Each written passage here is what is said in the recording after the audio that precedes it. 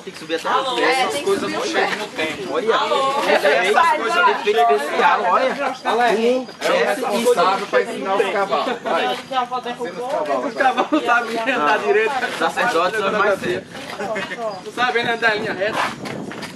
Anda de banda, né? Entrar em casa, ela foi dobrando assim, aí os caiu. Aí a água foi, apanhou e colocou dentro. Acaba a temporada e o Pilatos não consegue tomar esses cavalos selvagens.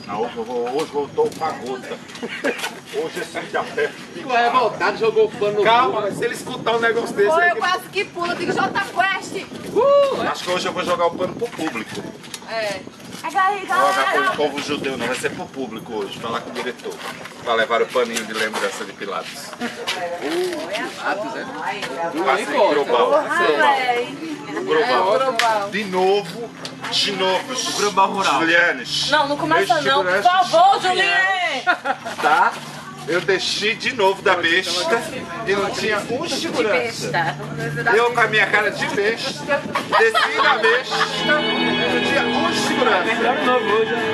Logo eu, que é a última paixão de Cristo na Palestina. Na Palestina. É assim mesmo, Julianes. Deus? Eu disse a você que eu não desculparia hoje. Olha pra baixo, olha pra aqui, olha pra baixo. Isso, tira a foto agora. Tá com a cara de besta? Eu vou reclamar com o produtor. Ô produtor, eu falei com a sua produtora que eu queria meus seguranças e ela não trouxe de novo.